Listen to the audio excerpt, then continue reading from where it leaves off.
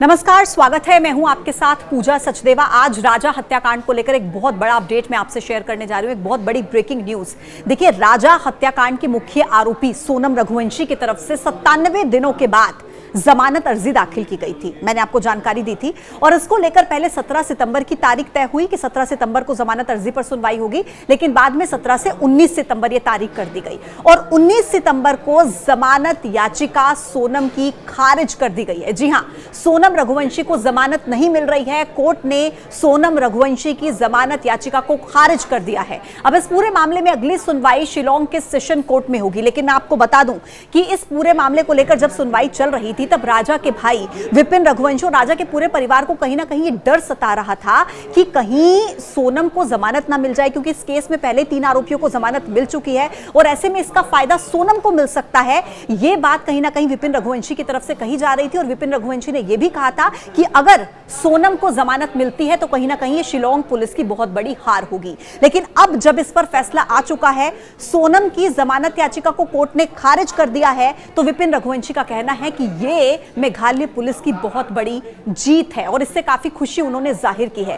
हालांकि विपिन रघुवंशी की तरफ से सोनम के परिवार को लेकर भी कई तरह के आरोप लगाए गए थे। कहा गया था कि सोनम का परिवार ही सोनम की अब मदद कर रहा है, सोनम के परिवार ने हमें धोखा दिया है, गोविंद ने हमारे परिवार के साथ रिश्ते तोड़ दिए हैं। और यह भी कहा गया था विपिन रघुवंशी की तरफ से कि सोनम जेल से ही अपने परिवार के साथ बातचीत भी कर रही है।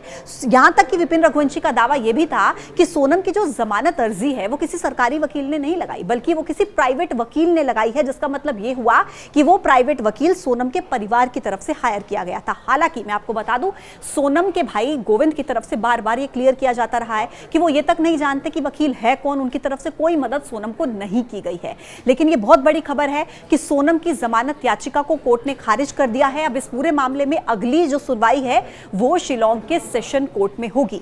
और इसी के साथ आपको एक और अपडेट मैं दे देती हूँ। देखिए, विजयदशमी का त्योहार आ रहा है, दशहरे का, और दशहरे पे क्योंकि परंपरा है 10 मुखी रावण के पुतले को जलाने की, लेकिन इंदौर में यह तय किया गया है कि इंदौर में इस बार रावण का पुतला दहन नहीं होगा, बल्कि 11 मुखी शूर्पणखा का पुतला दहन किया जाएगा और जिसके बीच में तस्वीर होगी सोनम की। 11 ऐसी महिलाओं का पुतला दहन किया जाएगा जो क्राइम में संलिप्त रही हैं, जिन्होंने कहीं ना कहीं समाज में बुरा काम किया है, क्राइम किया है। तो ऐसे में 11 मुखी शूर्पणखा का पुतला जलाने का फैसला इंदौर में किया गया है। इस पूरे केस को लेकर आप क्या सोचते हैं? अपनी राय जरूर हमें बताइएगा कमेंट बॉक्स में। आज के वीडियो में इतना ही। देखते रहिए न्यूज़ 18। नमस्कार।